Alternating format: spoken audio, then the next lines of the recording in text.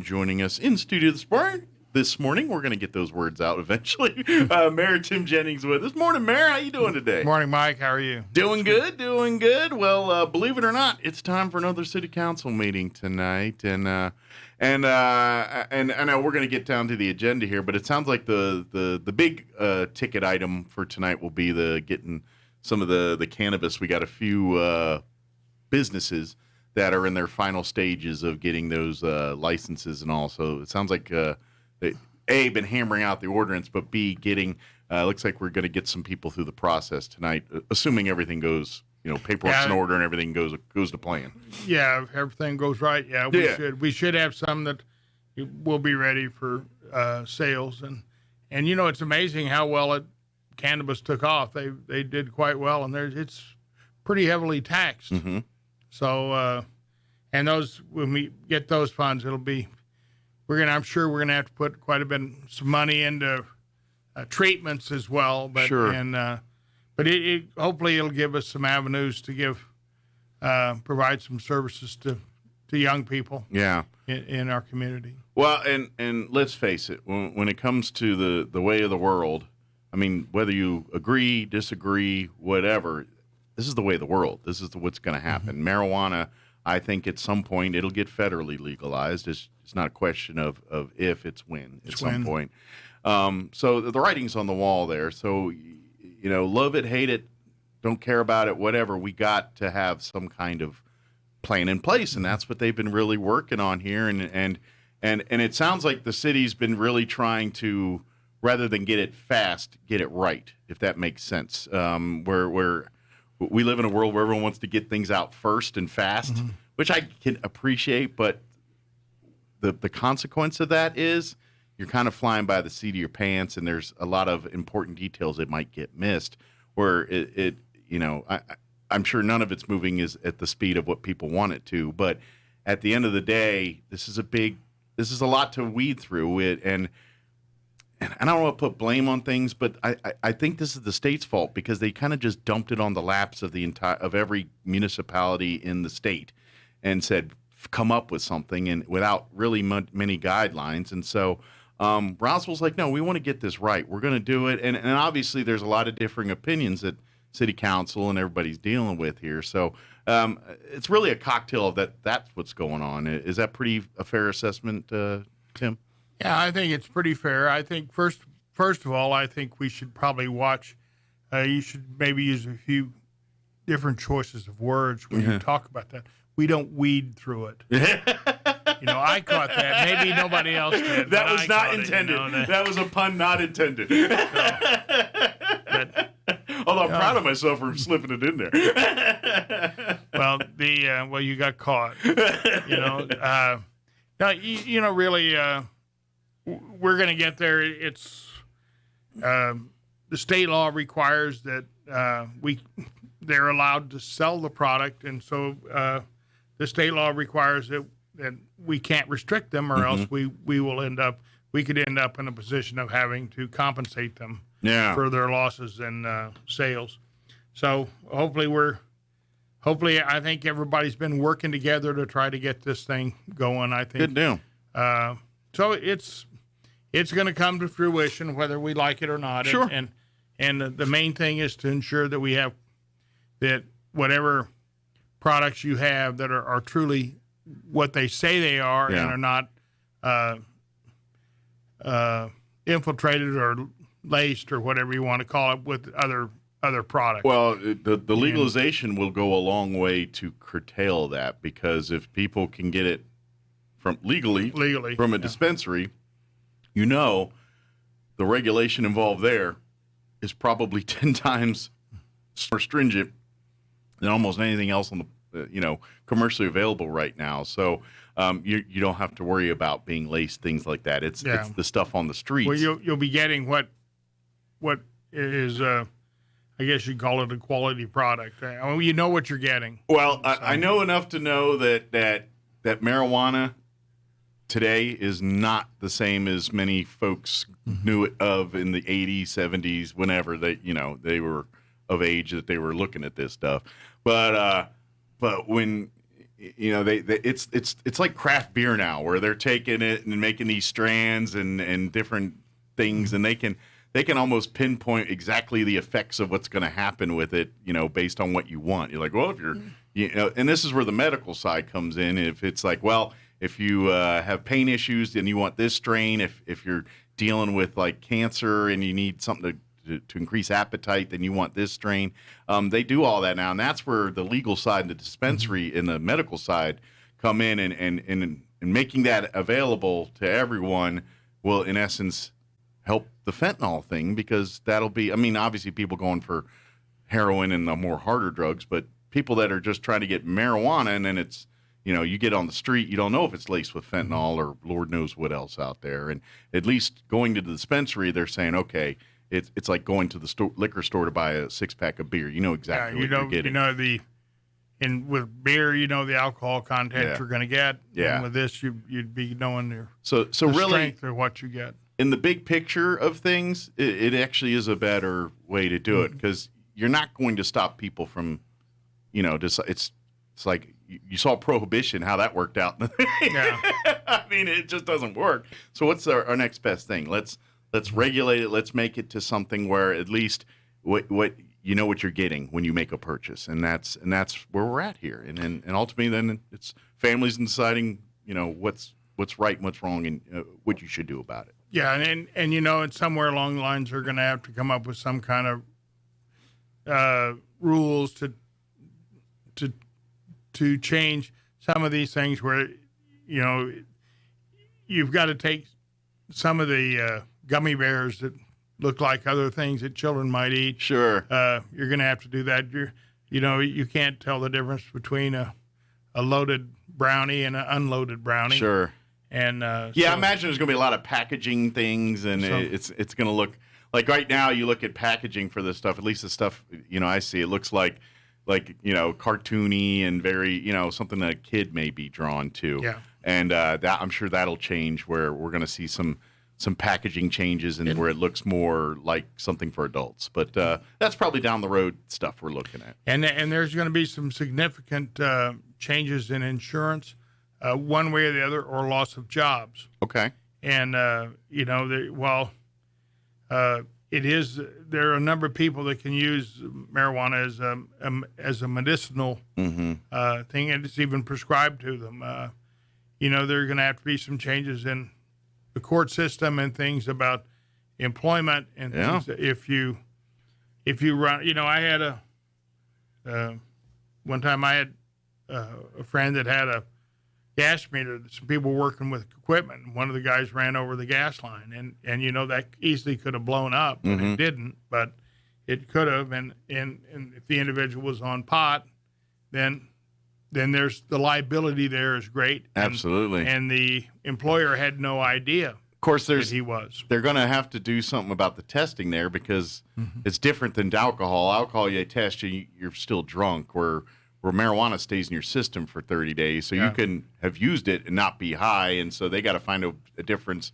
I don't know if there's a test or something to find out if you're currently high versus you just smoked weed in the last 30 days. Well, it stays, alcohol, your body assimilates it or it passes through rather quickly. And this stays in your hair for months and months. So we got to, it's there's some changes. They're going to have to figure that out a little bit, and because I imagine there's going to be a lawsuit or two in courts before they figure out, that, because that's really how laws, that's how when you interpret them and need to see if we change them is through the court system. So we'll see what happens, but there's going to be a lot more coming down the road from this, just nationally, not just here in Roswell, but so the tide's turning, and we got to get on board, or you're going to find it, because if you don't do it your way now, you're going to have to do it their way later. Does that make sense? You know what I'm saying? Well, somewhat.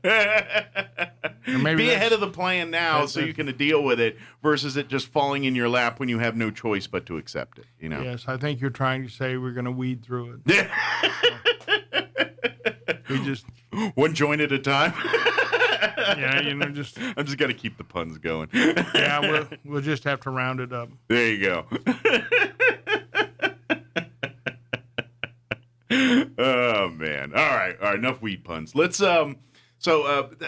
But either way, there's going to be more coming here tonight. As far as I know that's not all we're talking about tonight. What's some of the other highlights that are on tap for the meeting tonight that we might want to make folks know about? Probably the biggest is going to be probably the Admiral Beverage has asked for industrial bonds to complete their building out there on Brasher Road, and it's a beautiful building. It's I believe the cost is somewhere around $9 million, but and that's a warehouse facility to. And they service. I guess they still do some janitorial supplies and stuff. Okay. And I assume they do, but they also do an awful lot of. They do a lot of liquor sales. Sure. And stuff, beer, a lot of the major non-craft beers. Okay. But if that warehouse is just going to be there.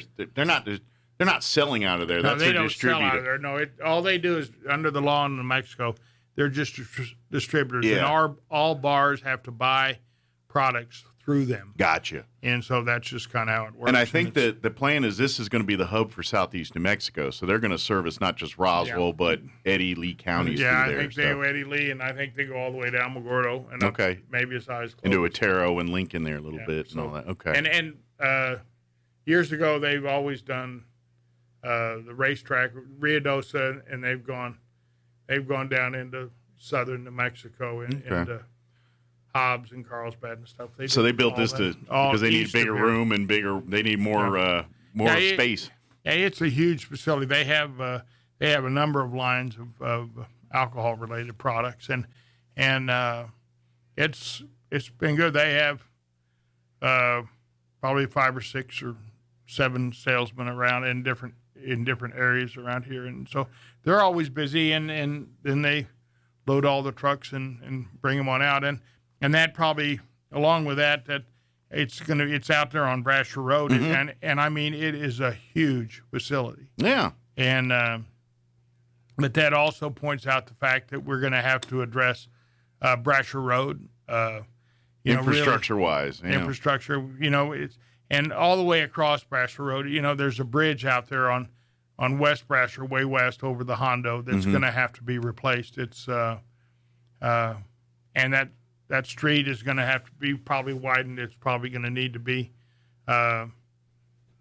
significantly wider than just a 2-lane road. Yeah, it's going to see a lot more heavier truck traffic on there. So, I know. I think some of the city trucks, if they're in the north part of Roswell, they can go out and catch the relief route and come around and come straight back to the city waste facility there, and unload their waste. That's easiest way there to stay out of town. Sure. And then that's all going to need to be enhanced. And when we do that, we'll probably have to do some fencing and stuff to probably. There occasionally you do have people that are taking out loads that aren't covered, and when they're going out to on West Brasher to the sanitation facility, a lot of times they blows papers, out, so we can get stuff to catch the paper so it doesn't just filtrate through town. End up through Texas or Lord knows where it blows off to. and sometimes, speaking of the waste facility, as we come down, that's another issue. We still need to work on recycling in our community, and we probably need to work at our sanitation facility to look at a building there to help with recycling, where we can do the cardboard and figure out and get the products that we can sell. Yeah. And that we can recycle. And I wanted to ask about that because I remember, and this was previous administration, they were talking maybe a year ago about they were in the works of talking about doing the curbside recycling where people leave the bottle. Is that still being talked about, or is that kind of put on the table for now? I think we need to study the whole issue. Gotcha. Okay. With recycling, I think when China quit taking a lot of the electronics and some of that stuff back, we're going to have to address that, and we need to sit down and figure out what we do and how we do it. We're going to have to get the metals out of the products that we put in the dump, get anything recyclable out, so we can stop filling up the soil. Our sanitation department is it's really a very efficient operation now, Sure. and it's changed a lot. And when you go out there, people just think, oh well, my guy drives a trash truck. Well, they're really pretty well in tune with what they have, and the new cell that they're putting in, the criteria they have in there for packing and tightening all that up. When they build that mountain of trash in the last cell, there were a number. I think there was a lot of it. It wasn't packed uniformly all the way across. Gotcha. Okay. And I think with the new facilities and the equipment that they have now, they can ensure that trash will be packed tightly. So you can actually put more inside of it. Yeah, you'll put more in it, so therefore it's not going to fill up as fast. Sure. And we have a number of issues out there, I think, all the time that you have anytime you have solid waste disposal. You have to know what it is. You have to make sure you don't get asbestos and other things in there, or at least you place them in a place where you can retrieve them or know exactly where they are in case there's something develops that you need to. Gotcha. But and they have it all down. It's those individuals have developed a plan on doing everything, on picking up your waste and making sure every truck is as efficient as possible. It's all science to it. Yeah, it is. It's very much a science. Just not the guy picking up the can and throwing it in the back of the truck here. It is a lot more knowledge, engineering, and breakdown. There's and it's tried and true because these are methods and things that they develop and work over the years, and as technology changes, they're able to add and integrate and things like that. So, it really is a whole engineering feat for what they do over there. Same with the wastewater and all that stuff. These folks really, I always compare them to the offensive linemen in football. When they're doing their job right, you know nothing about them. They just keep doing their thing. Unfortunately, when there's a problems, when you hear about them, when something breaks or something happens. But those are the unsung heroes that just make things happen, and we don't think much about it till our water doesn't turn on, or our toilet doesn't flush, or our trash doesn't get picked up. And it's they study. We have a real aging fleet and a lot of things.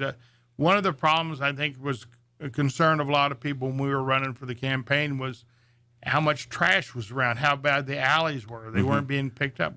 Well, we have 5 grappler trucks to go down the alleys to pick them up. Well, 4 of them were down. Ah, yeah, that's no good and they if were there's one down truck. for a number of time. And so sometimes when you look at that, our fleet is aging, and we have to accommodate that. Sure. And so we need to get some new equipment in. And if you get new equipment, then you don't spend as much money on repairs. Things are a lot more reliable. Sure.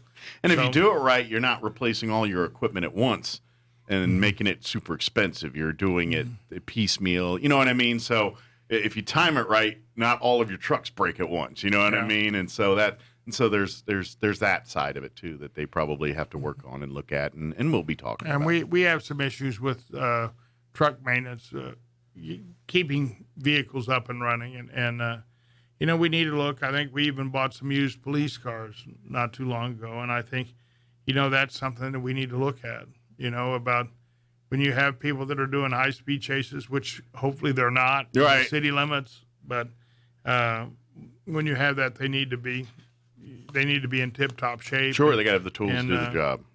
And you look at their mileage on them, and we have to put money back in the infrastructure, with the rolling infrastructure, which we have. But and getting back to where we got off on this, on the other end of Brasher Road, we have to, between Main Street and Southeast Main, that road is going to need to be upgraded. Okay. Because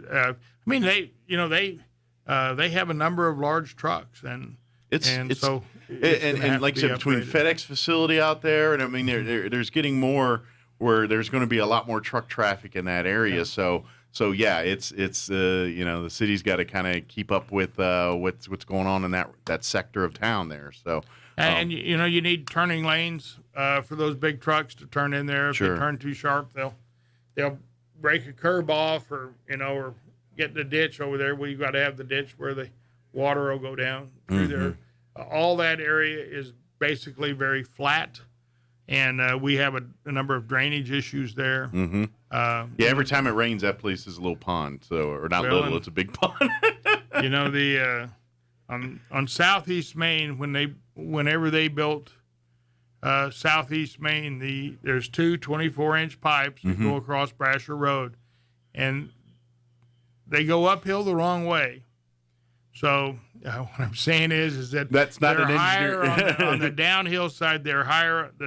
The pipes are higher on the downhill side than they are on the So they're ineffective. entrance. So they don't carry a full 24 inches of water. So unless there's a lot of water So- there, they're not pushing water through. So yeah, and then once it gets across that street, it's supposed to go down to Atkinson and then go down in front of the jail. It's supposed to go down Atkinson and go down to there's a pond on further down towards McGaffey. Okay. And there's a pond there where that's supposed to catch a lot of that water and hold it until it percolates into the ground. Gotcha. And it's going to create a problem. We've got to get that. We've got to address that issue, which Southeast Maine is like a dam all the way across it. Whether you're on Poe or whether you're in front of the all of Southeast Maine, all the way across there, it's like a dam, and we have problems getting the water across US 285, and we've got to address that with the Highway Commission. Gotcha. So more to come on that one. Yeah. Any other highlights from tonight we want to make sure we put on people's radar here? Oh, we have one of the things we have is an employee of the Roswell Daily Record, Mr. Green. He passed away, and he left the Roswell Library a sizable amount of money, which was that's very his nice. property and stuff.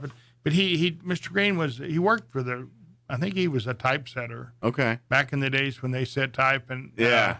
He was an old school paper guy. but he left. He was a gentleman from Missouri, and he did. He left us the city and other organizations in the city is, probably over $300,000. Nice. And in different things.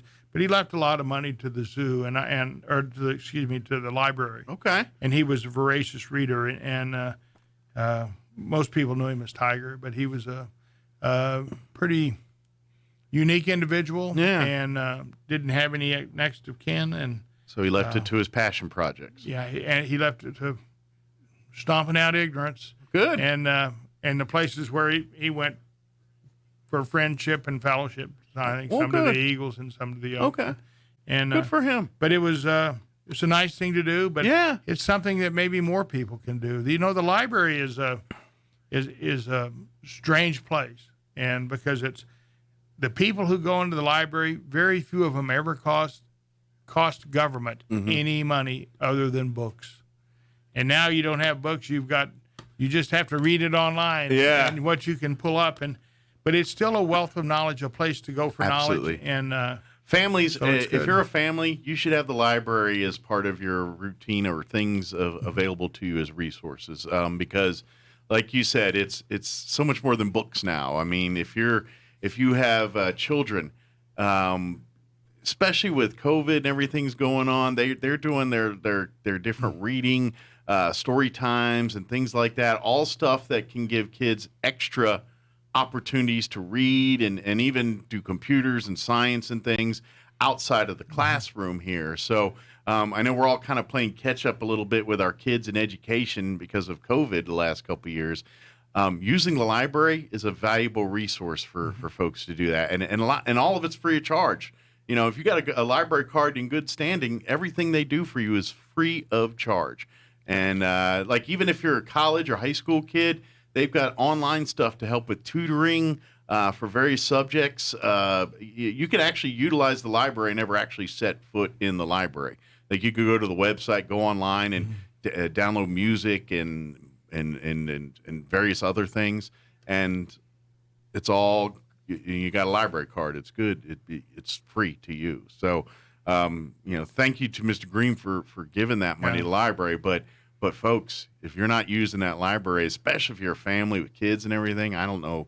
You're trying to do it the hard way. Go utilize these things. It's an amazing thing what they got there. Like they even got like take home kits. Like if your kid's behind in STEM related stuff, math, science, you get, and it's all age appropriate. It's a pack and it tells you everything. You, the parent, can sit and go over the lessons with them, and they dummy it up so it's step by step on. Okay, and here's the next thing you do in the lesson and everything. So you don't have to be a teacher to teach it, but this is all extra opportunities for you to work with your children available through that library. So Mr. Green, because he's doing stuff like this, allows that to keep happening. Yeah, I would hope that, a lawyer years ago and back in the probably 70s named Bill Bondurant was here, and he was part of the Hinkle law firm, and he left a lot of money to the library, and when he died rather quickly, and it was it's a good place. It's a good place to be, and where you can actually get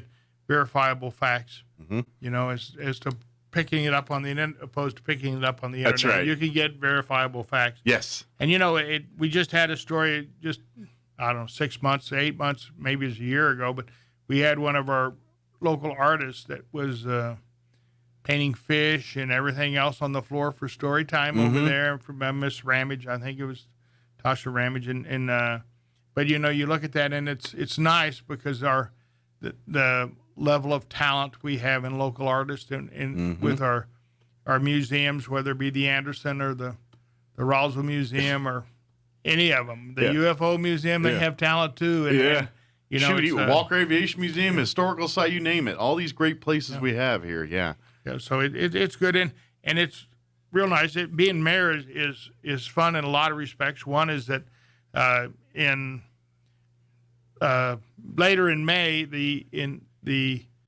I think it's Tuesday, Wednesday, Thursday, and Friday, that 16th, 17th, 18th, and 19th, the Legislative Finance Committee, which is the committee made up of House and Senate members on finance. Okay. They go around in the state and they look at different areas of the state and things. They're down in southeastern New Mexico looking after the 38% of the state's budget, the oil and gas industry. And they're going to meet in Artesia on Tuesday, and then Wednesday they're going to come down. They're going to tour the oil fields on Wednesday morning, and then they're going to come down to Roswell, and they're going to meet here Thursday and Friday. Okay. And that's going to be interesting because it's an opportunity to showcase our community, and we're going to have a reception for them at the Roswell Museum. We'll have for the legislative leaders in the council and stuff, and the people, lobbyists and stuff from other parts of the state. And it's something I hope that we can develop something in there to look at. We have two really fantastic museums, the Roswell Museum and the Anderson Museum, and that are dealing with artwork and collections, and those have to be kept at when you get a huge collection of things and you only display 10 or 20% of it at a time, and rest are in warehouses and storage, or in controlled storage. And it'd be nice if when you look at Santa Fe and Albuquerque, all have nice, wonderful museums, but they belong to the state, and the state pays for all the cost of running those and everything else. It would be nice if the state could come up with a plan to maybe put some money together to help fund some of these smaller museums. Communities develop libraries and keep their local treasures local and put them in, maybe help pay for their storage. Sure. Or the rooms to put them in, the controlled climate rooms to put them in. Sure. It's kind of bad when you turn around and you look and just picking another area of the state, you can look over around Deming.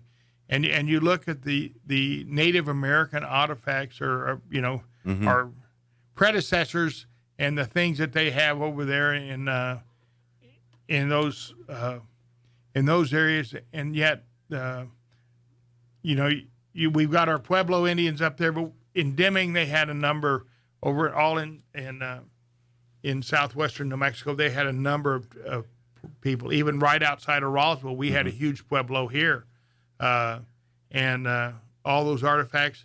The ones in Roswell were taken to the University of Chicago, and I don't know how many of them we ever got back to see what they have, you know. And up in the Smithsonian or something. Yeah, but we could have a display of that here as well. Absolutely. And they could have them in Deming. Now, the state always puts it where there's a lot of people.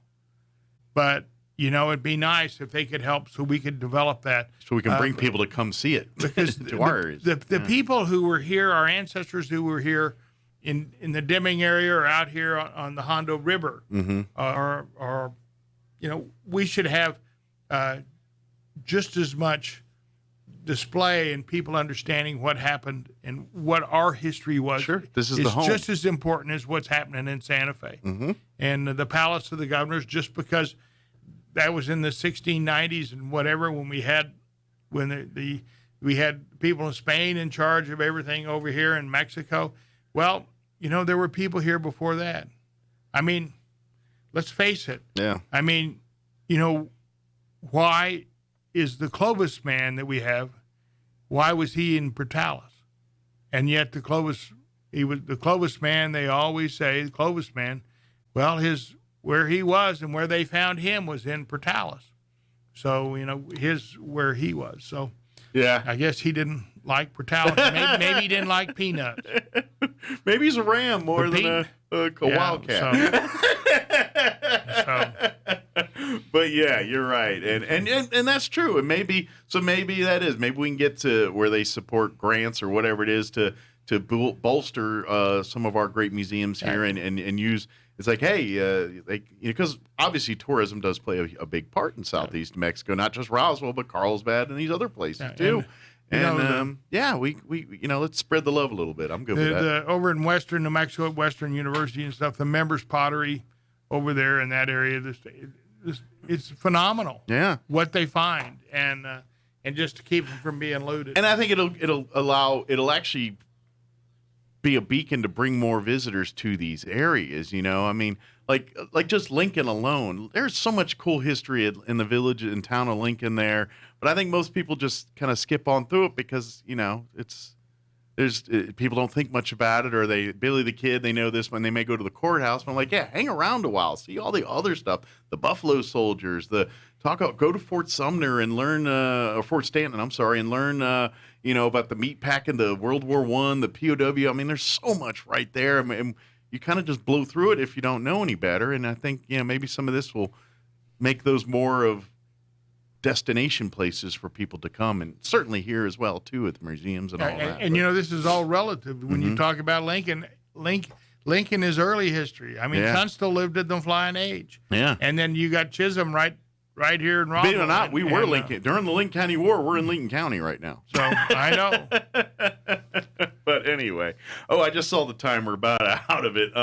Is there any other highlights or anything we want to mention before we have to go here? No, I think it's highlights. I think are just it's becoming more and more fun and learning the quality of city employees that we have. Yeah, you're kind of still learning, getting settled in there on that. Yeah. So it's really good. It's I'm real impressed. You know, we have to work on the ability to get better communication between all members of their elected officials and each employee that we have in the city. Yeah. They should be free to talk to us about anything they see that can improve our city. They should tell us. If there's a safety issue out there, they should tell us. Sure. So we can be sure to address it. At the end of the day, we all want a better place. Yeah, and I mean, government is about communications, and you have to have that free and willing, without fear of retaliation, comments about how government's working. Yeah. And that's good for every citizen. It's good for every employee to talk to their elected official and let them know what the problems are. Mm-hmm. And, you know, if we do that, then I think we'll have, you know, government becomes, it's a necessity, but it becomes a work of passion and pride Sure. in your community. Well, then we can turn it into solving a problem game instead of blame game. You know what I mean? And I That's feel like right. we get lost in the blame game, and the solving the problem game takes a huge backseat sometimes. That's So, true. folks. Tonight is the meeting, 6 p.m. It's going to be there at the Convention Civic Center in the chambers, the normal City Council chambers. Meeting, as always, is open to the public. You're highly recommended to come be a part. If you can't be there in person or don't want to be, you can always watch it online. Just go to the city's website. I almost gave you ours, but go to roswell-nm.gov, and you'll find the link there to watch. And there's also a GoToMeeting link if you want to comment or something during the process, and you just submit a thing there, and at the appropriate time, the mayor will put you on and all that good stuff. So, good deal. Well, thank you, All sir. right. Appreciate Thank it. you, Mike. We're not going to see the mayor tomorrow, but we'll see him next time here.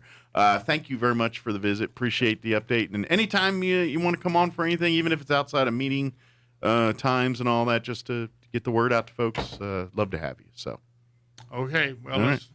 we don't have to worry about getting the weed out. that's right. Thank you, Mayor. We'll see you next time.